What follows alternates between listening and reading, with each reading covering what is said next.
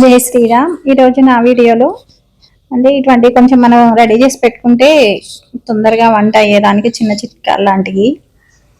టమాటాలు, పచ్చిమిరపకాయలు అనే ఏం కాదు, పండు మిరపకాయలు కూడా ఉంటాయి కదా, ఉన్నాయన్నీ అట్లా మగ్గిచ్చి పేస్ట్ వేసి పెట్టుకున్నామంటే మనం రోజు రెగ్యులర్గా పచ్చడి చేసుకోవాలనుకుంటే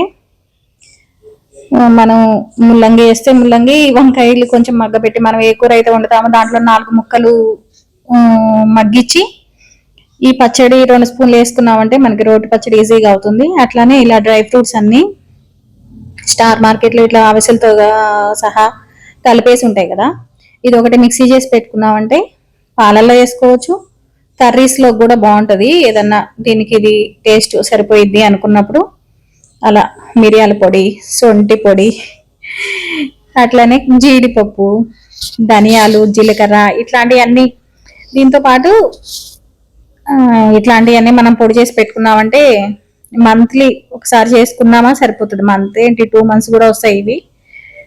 ఇట్లాంటివి చేసి పెట్టుకుంటే మన వంట పని తొందరగా, టేస్టీగా, హెల్దీగా ఒకసారి ఎవరికన్నా యూజ్ అవుతుంది అనుకుంటే తప్పకుండా ట్రై చేయండి. Thanks for watching. నేను ఇలా పూల్ మకరీ ఉంటే ఇవి కూడా ఏపి పెట్టేస్తాను తినడానికి, ఎప్పుడన్నా బాగుంటాయి. జై శ్రీరామ్.